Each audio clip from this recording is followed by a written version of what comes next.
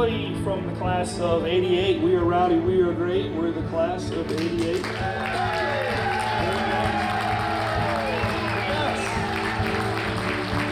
The original concept of the Winter Games was an unbelievable idea to bring people into the area and also to recognize the people that are enthusiastic about bringing people into the area. 93. How about 94? Here we go, Okoboji. Here we go. I think the cheerleaders bring a lot, and these are people that have really participated in their own communities and deserve to be cheerleaders. 2010. They bring the spirit to the Winter Games. They help make it a special thing.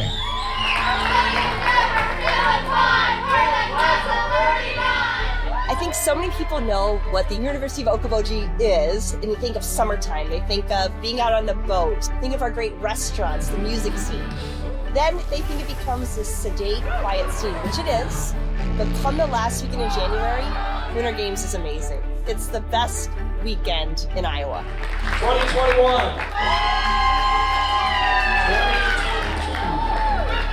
You'd think, okay, a few people get together. It's 50,000 people the year we did it. Last year's group, 2024. Let's hear it. Every year they elect cheerleaders, 8 of them.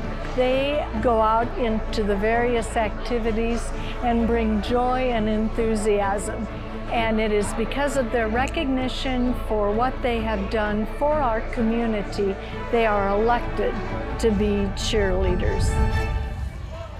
This is the moment you are all waiting for, about to meet our class of 2025. Obviously, you can't spell Okoboji without the O. Our first O is Tom and Kristen Nelson. All right, next up, Nathan Crack. Here at the Chamber, we make dreams come true. Welcome, Bree.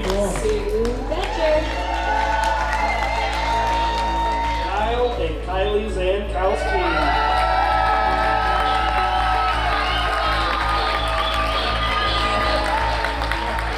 Next up, Joe Van Patten. All right, you know how we do this. We always save the best for last. That's no exception this year. Our I this year is Joseph Salmon.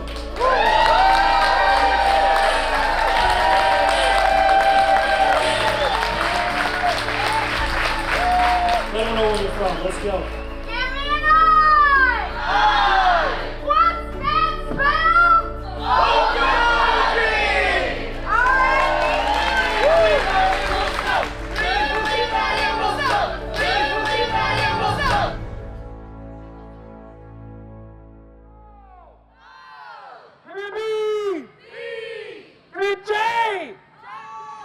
That one! Give me a J now! Give me an I! What's that spell? Okoboji! Whoops. My bad. It's hard to spell, isn't it? Yeah. The qualities that I see in this year's group, I think come from a lot of acts of service. It just seems like the folks that are nominated this year are the folks that are just constantly involved in the volunteer opportunities or chomping at the bit to go help somebody. You hear that with Crafty's story, a lot of Kiwanis members. People that are just out there constantly helping out were the ones that got a lot of votes this year.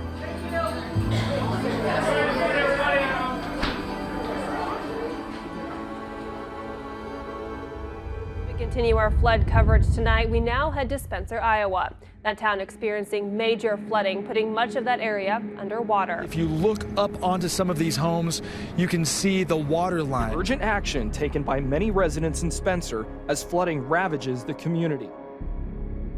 When I looked at that Facebook post saying that I was nominated, I did read that I was nominated because of the flooding, community-oriented business, which we are. If anything were to happen, flooding, tornado, you know, we live in the Midwest, anything can happen, hail, if people are left without a house and without a car. They have nothing but the clothes on their back. Everything got washed away. I would do it all over again just because it's the most human thing to do. Major reports came out and said Spencer was in imminent danger of flooding, and my wife was up at the cash register. I was behind the meat counter, and I'm like, I think I know what we're gonna do. So I ended up calling Dickinson County, and I said, hey, Nathan Kraft, put me in communication with somebody down in Spencer. I know the light kind of gets shined on me, but I was calling my suppliers saying, hey, if my salesman couldn't give me the best price that he could get, he was calling his boss saying, hey, Nate's doing flood relief. Is there any way we can idle back our margins so that way we can get him our cost, so that way he can get that product to the people that need it? I can't give you the world, but if I can give you a hamburger at the end of the day when you've been cleaning out your house, cleaning out the neighbor's house because they got flooded out, you know, it's all about taking care of the human race. I mean, that's what God put us here on this planet for. We gotta take care of each other. About a week after the flood, I had a gentleman that came up from Spencer. He was wearing the only clothes on his back. Everything else got washed away. He got a ride, I think he got a ride from somebody up here. He opened up that front door of our shop, and you could tell he was distraught. He was pretty upset. He walked in, and all he said, he didn't say a word, but he mouthed, thank you. Tears rolling down his face just because of a hamburger. I can't even explain it, but you know how good that makes a person feel? I know we got the community award, Good Neighbor Award from the chamber. But like I told Blaine and like I told Morgan, I said, I already got my award. I said, that gentleman that walked in the shop, and I don't know his name, and I honestly don't know if he's been back, but he's putting his life back together, whatever. But that was my award. He mouthed thank you. He turned around and was heading back out the door, and I said, turn around. I said, what I can do right now is I can give you a hug. That was incredible. Shadow group? Oh, yeah! 2025, once. Only once. Like, we can't do it again. I know. That was the best. Also, 2025, once. I know. I mean, we might see you guys, but like, this is like our connection. It's our together. Winter Games is my holiday. When people say, hey, what's your favorite holiday, I say Winter Games. I've been coming to Winter Games, I think, 25 years. And that's probably 25 years in a row. I only missed 1 year that I know of. All right, let's do it. Let's start it. Let's go. Having the previous cheerleaders, but also people coming up to me saying like, hey, thanks for being a cheerleader, or it's cool that you're a cheerleader. I'm glad this has been your dream. And yeah, it is been my dream. I'm so glad I see you. How are you guys? Because at first I saw these cheerleaders and I was like, oh, they probably get paid. And then I started looking at it and I was like, wait, you have to be a Dickinson County resident. I'm like, okay, I could probably do that. So I did it like 15 years ago. And then it was like, oh, you have to be involved in the community. I'm like, all right, like, yeah, I'm involved. He's like, oh, and I have to represent Winter Games. I got that. I can represent Winter Games. Look at that cutest Winter Games person ever! I was thinking about this, and I was like, okay, what is my favorite thing? And I was like, all of it? I was like, I can't say all of it, but like different aspects of my life, I have like favorite things. During my freshman year of college, the second day of college, I actually got hit by a drunk driver in the Hy-Vee parking lot. It was me and two other roommates, and he hit the back passenger side of my truck, and then the truck essentially hit me. He kept going, he wasn't ready to stop, so he hit my roommate. I got out of the hospital, and it was a struggle because I, had a major concussion. Right now, I don't have a sense of smell or taste. I mean, it's been like 16 years. But just like having those head pains, being like, hey, can I just go to Okoboji? Like, that's all I want to do is just go to Okoboji. But then like my parents are like, oh, should we just skip Okoboji for winter games? I'm like, absolutely not. We're not skipping Okoboji. This is what I'm looking forward to. This is the thing we do. I am not missing it.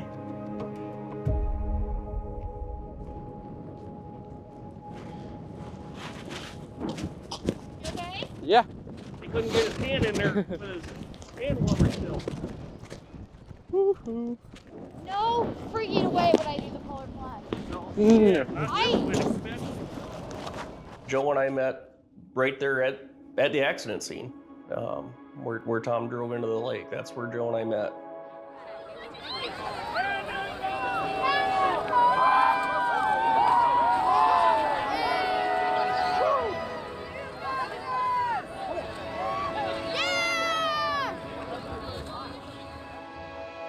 I love being outside. I love being outside. Always been a fisherman. You've been fishing since you were a little kid, right? I've been fishing since I was a little kid.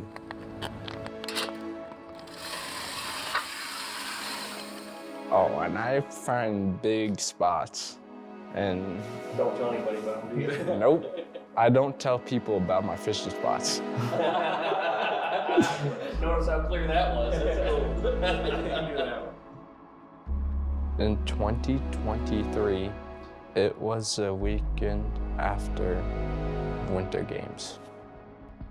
My rod, it was on a tip up and he almost ran it over. And I was like, I ran over there, called 111. I was like, hey, he drove down to the bridge, took my stuff off.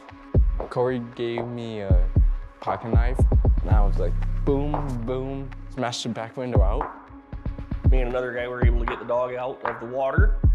Joe's in the Jeep next. Climbed in through the back window, got him out. And from there, we were all standing inside the Okoboji store trying to warm up. It happened that fast. The ambulance wanted to check me, and I don't know. I went back fishing and I got a bass. Yeah.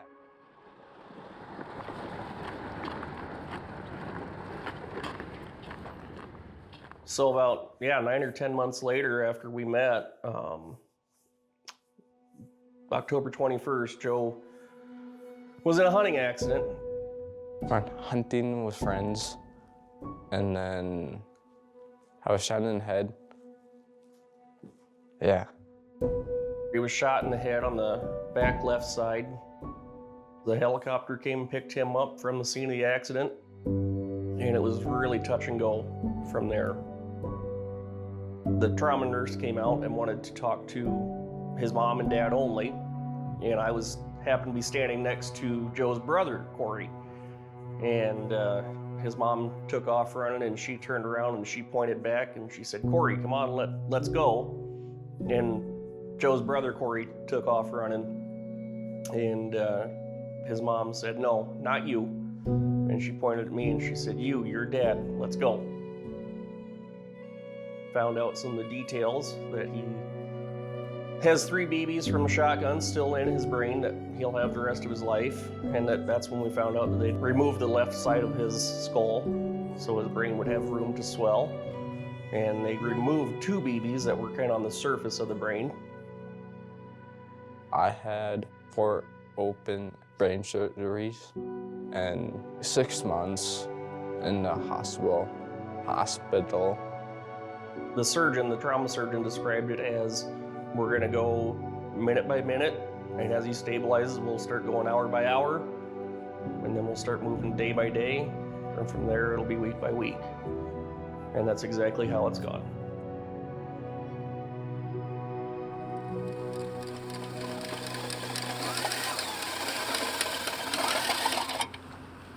Woo, got it? You're about there.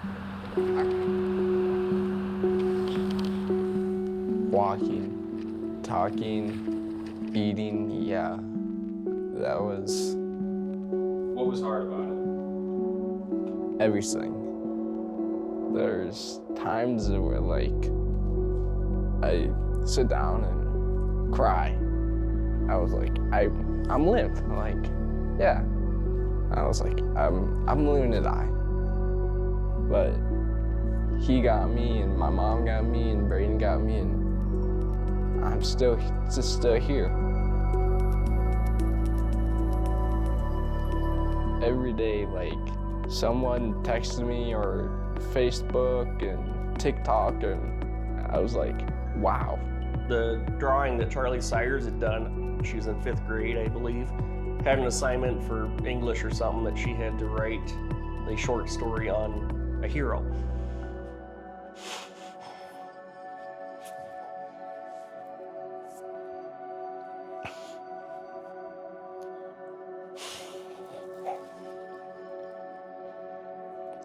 And she chose to do her story on Joe.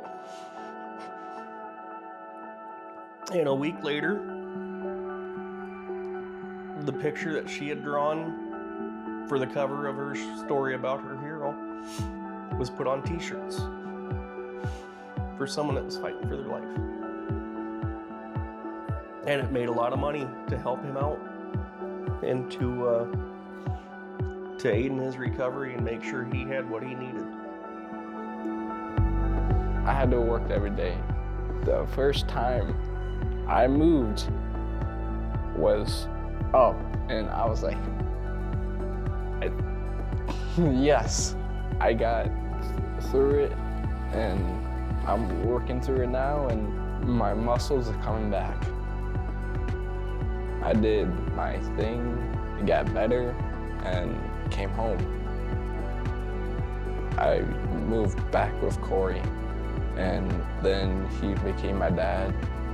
You know, Joe and I met in February, and by the end of July, he was introducing me to people as his dad. And I remember the first time he did that, we were actually out on the boat, and we were tied up to someone I know. You know, we were out in Miller's Bay. I don't see him very often, and they asked me how we knew each other, and Joe's response was, well, he's my dad. And I remember I stopped what I was doing for a second because it caught me off guard. Because I knew we were good buddies, but I didn't know he considered me his dad until that moment. I remember going home that night and thinking about that statement that he made. And I really, I guess, stepped up what I was doing for him. Because when someone says something like that, how do you take it lightly? If they think that highly of you, better give them a reason to think highly of you. Oh my. Yep.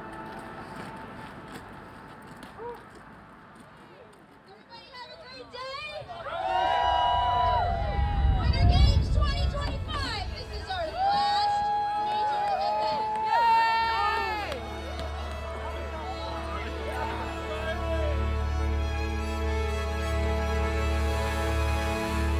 All right, guys, take it away.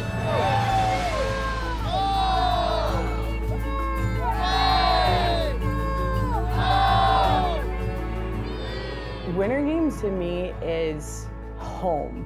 I never felt as home or as in my element as I have celebrating that one weekend of the year. This is the biggest crowd participation cheer of the week. You know how we do this. Light that fire! Light that fire! Light that fire! Light that fire! Light that fire! When I had customers coming up from Des Moines to go boating, and they're like, you know, a couple years ago we had some flooding down in Des Moines. We were kind of left in the dust. There wasn't anything like all these businesses rallying around the people and saying, hey, we're here. We're gonna help you out. We're gonna get you some food. We're gonna get you some water, clothing, you name it. Is that big city living versus small town rural living? I think so. We're pretty fortunate for where we live.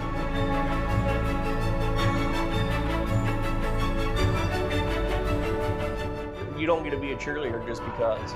You get nominated for being an active member of the community, and you get nominated for a reason. And I guess a really short reason that everyone shares is just being a good person and loving our community and wanting to help and wanting to be together and wanting to get people here to share with them what we are so fortunate to live with.